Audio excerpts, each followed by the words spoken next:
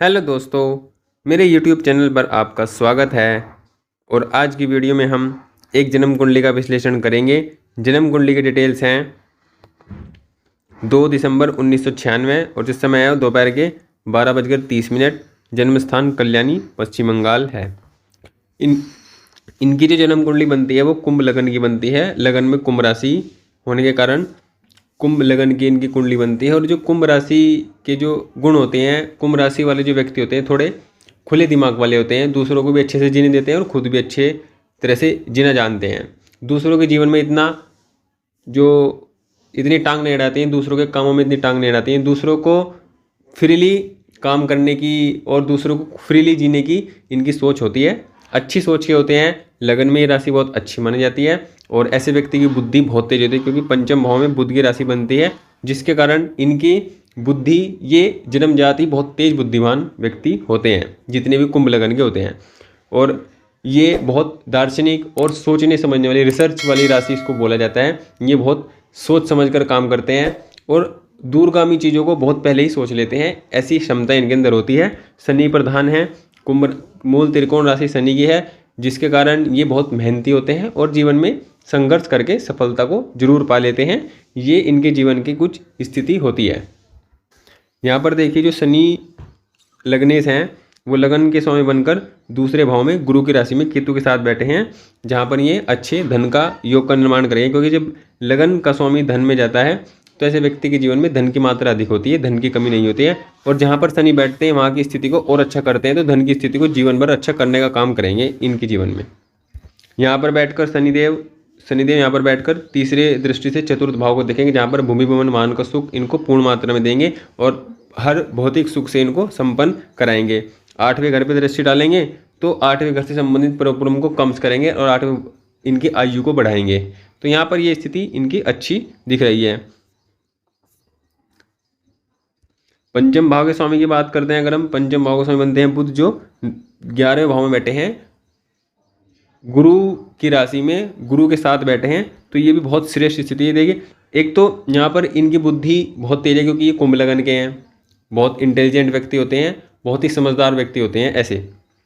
और देखिए, पंचम भाव का स्वामी बलवान स्थिति में 11वें भाव में बैठा है और 11वें भाव में बैठकर फिर पंचम भाव को देख रहा है। तो यहाँ पर इनकी बुद्धि, इनकी क्रिएटिविटी, इनका दिमाग, इनकी सीखने की क्षमता, इनको जीवन में संतान सुख, इनको शिक्षा का सुख हर प्रकार से अच्छा मिलेगा, क्योंकि पंचम भाव बहुत बली अवस्था में दिखाई पड़ रहा है। 2 शुभ ग्रह की दृष्टि यहाँ पर पड़ रही है। और जिसकी भी कुंडली में गुरु बुध एक साथ होते हैं, उनके जीवन में बहुत धन की मात्रा अधिक होती है, सुख सुविधाएं बहुत होती है और ऐसे व्यक्ति बहुत ज़्यादा मैनेज करके चीज़ों को चलने का काम करते हैं। मतलब वो बहुत तेज बुद्धिमान ऐसे व्यक्ति होते हैं, क्योंकि देखिए, बुध बुद्धि का ग्रह है और जो गुरु है वो बुद्धि को किस जगह, कहाँ पे, कब, कितना लगाना है, वो उस चीज़ का ग्रह होता है, विवेक का ग्रह।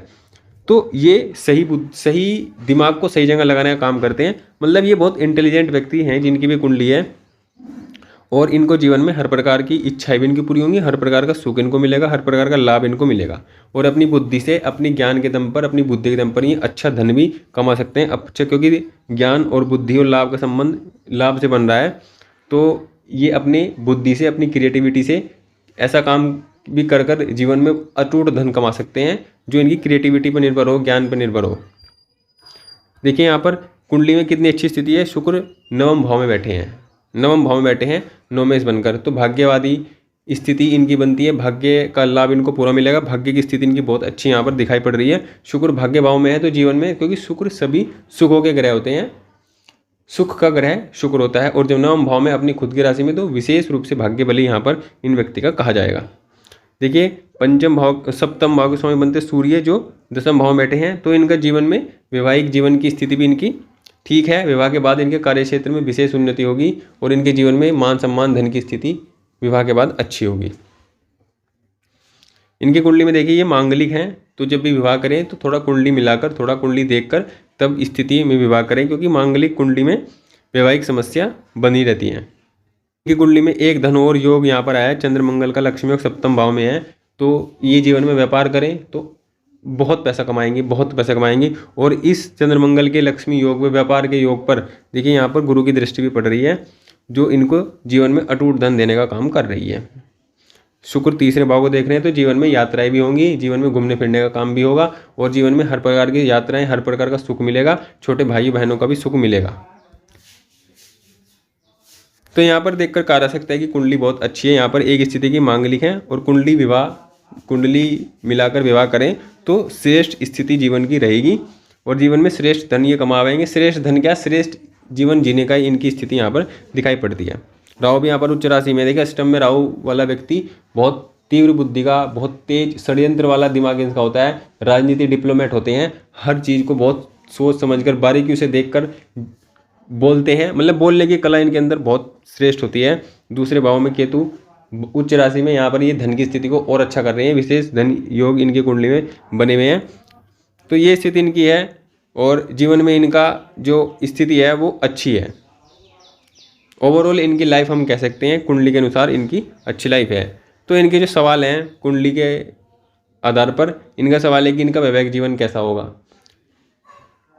वैवाहिक जीवन की हम बात करते हैं, देखिए सप्तम भाव में दो शुभ ग्रह हैं।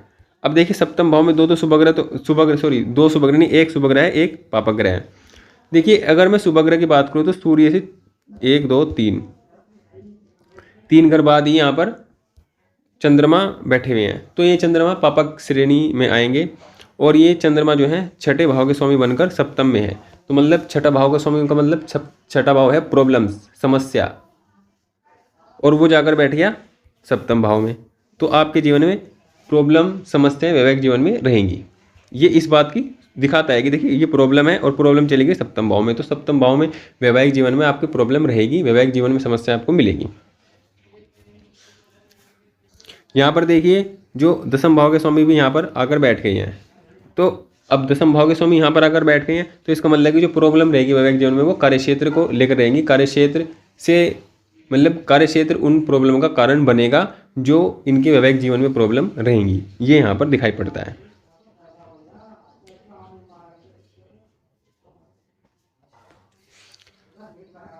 तो कहने का मतलब ये है कि इनके वैवाहिक जीवन में समस्याएं हैं और इनके वैवाहिक जीवन को शुरू करने से पहले इनको बहुत देखभाल कर चीज़ें करनी चाहिए जिससे इनके वैवाहिक जीवन में समस्याएं कम हो। लेकिन समस्या तो आएंगी, ये इस बात की पुष्टि करते हैं। केंद्र में शुभ ग्रह चंद्रमा यहाँ पर शुभ ग्रह की कैटेगरी में नहीं आएंगे क्योंकि ये पापक ग्रह की कैटेगरी में ही आएंगे।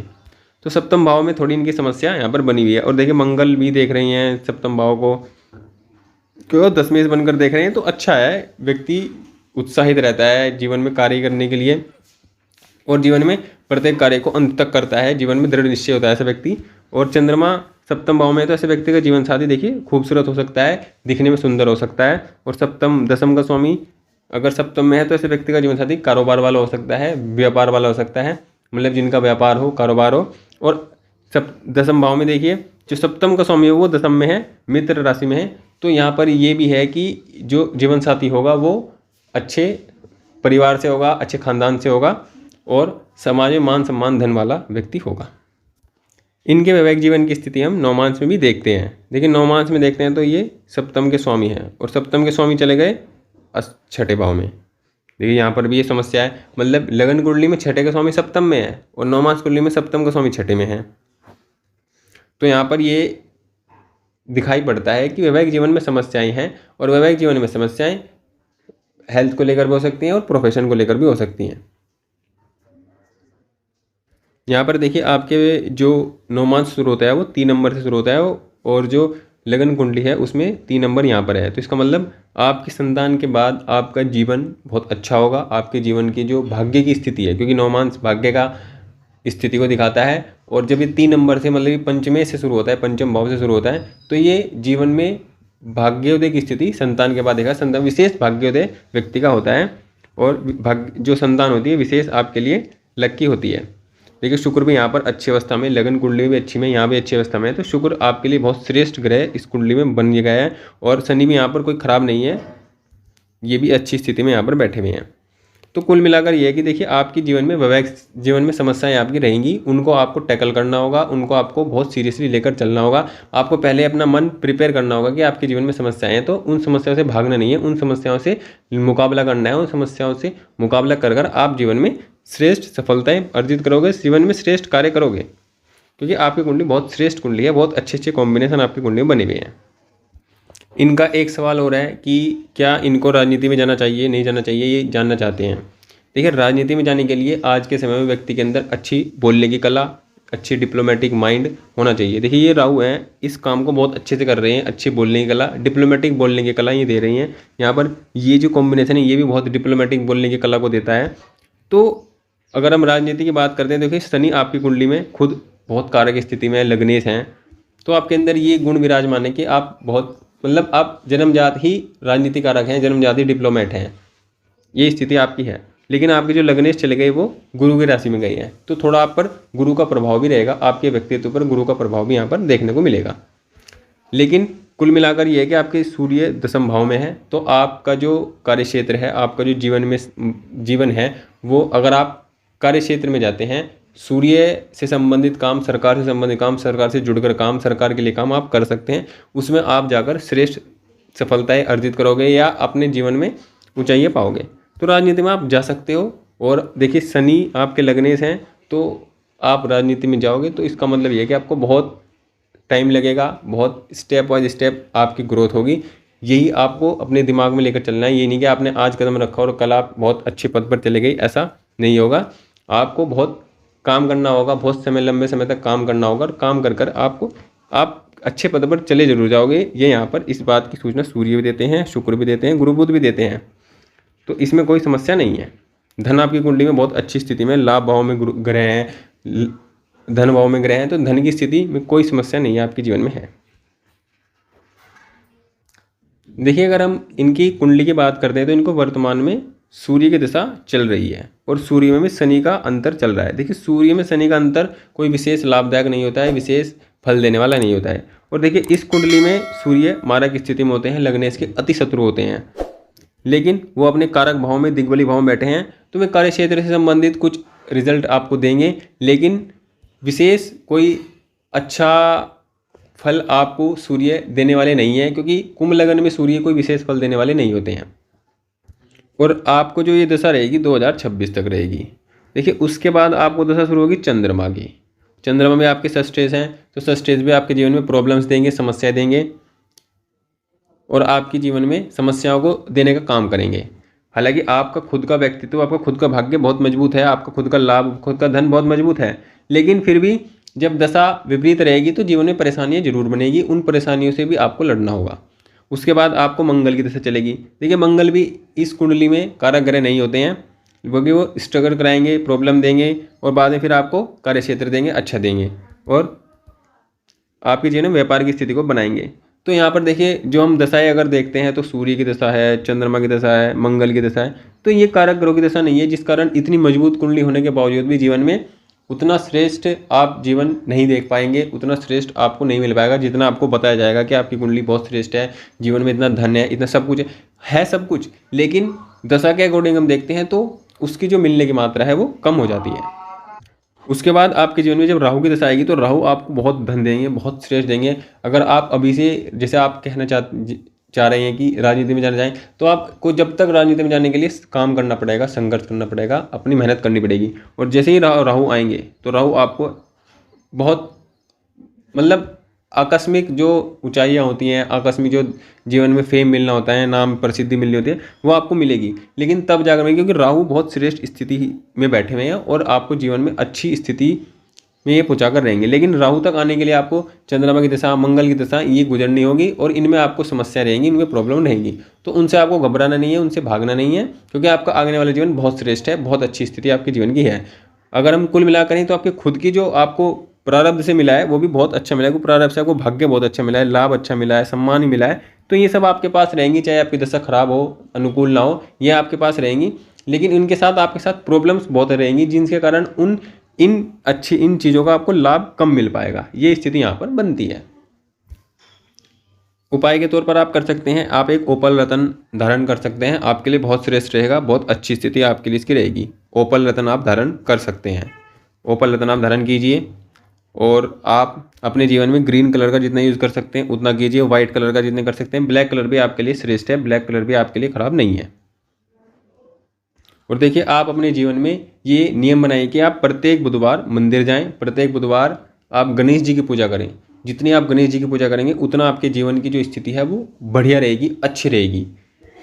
और आप शनिवार को भी जा सकते हैं मंदिर। वैसे आपके लिए कोई इतनी अच्छी खराब स्थिति में शनि नहीं है, शुक्र भी आपके लिए अच्छी स्थिति में है, तो इतने को ज़्यादा उपाय की आपको कोई आवश्यकता नहीं है। आप जीवन में एक नियम बनाइए, आप प्रत्येक बुधवार अपने जीवन में बुधवार मंदिर जाइए, गणेश जी की जितना पूजा कर सकते हैं, जितना भी उनका पूजा पाठ कर सकते हैं, उनको नमन कर सकते हैं, उनको दूर्वा अर्पित करें, उनको जितना भी प्रकार से उनकी पूजा कर सकते हैं उतना करिए। इतना आपके लिए श्रेष्ठ रहेगा, आपके जीवन की स्थिति को ही अच्छा बनाने काम करेंगे।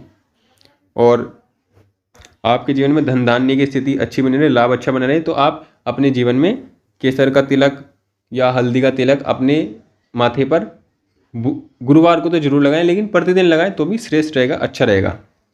और जैसे आपके जीवन में देखिए सूर्य की दशा चल रही है, तो आप क्या करिए, सूर्य आपकी कुंडली में वृश्चिक राशि में है, तो आप कहीं भी किसी ऐसे स्थान पर गुड़ दान कीजिए, 8 किलो गुड़, वो आपके लिए श्रेष्ठ रहेगा, सूर्य के प्रभाव को कम करेगा।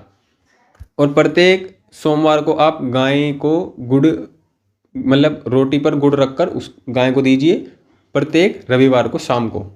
ये भी आपके लिए शाम को दीजिए, सुबह को दीजिए, लेकिन ये भी आपके लिए ठीक है। अब जैसे आपकी दशा अनुकूल नहीं है, दशा आपके लिए ठीक नहीं है, तो उसके लिए ये उपाय आपके लिए काम करेंगे। ये दशाएं आपको बुरा प्रभाव देने में कम प्रभावी होंगी, अधिक प्रभावी नहीं होंगी। तो इतने उपाय आप कीजिए और अपने जीवन की स्थिति को समझिए और समझकर निर्णय लीजिए, क्योंकि मंगल लगन पर प्रभाव डाल रहे हैं, तो डिसीजन लेने में जल्दबाजी कर सकते हैं और आपके लिए वो डिसीजन थोड़े हार्मफुल हो सकते हैं, थोड़े हानिकारक हो सकते हैं। तो इस प्रकार आपकी कुंडली का ये सभी क्वेश्चन थे, जो भी कुंडली के माध्यम से जितने क्वेश्चन के आंसर दिए जा सकते थे वो दे दिए गए हैं। बाकी और भी जो कोई इस प्रकार कुंडली का विश्लेषण चाहते हैं वो डिटेल कमेंट में दे सकते हैं और अपनी कुंडली का एनालिसिस करवा सकते हैं। और आप वीडियो को लाइक करें, चैनल को सब्सक्राइब करें, शेयर भी करें और वीडियो को पूरा देखिए। Thank you, please subscribe.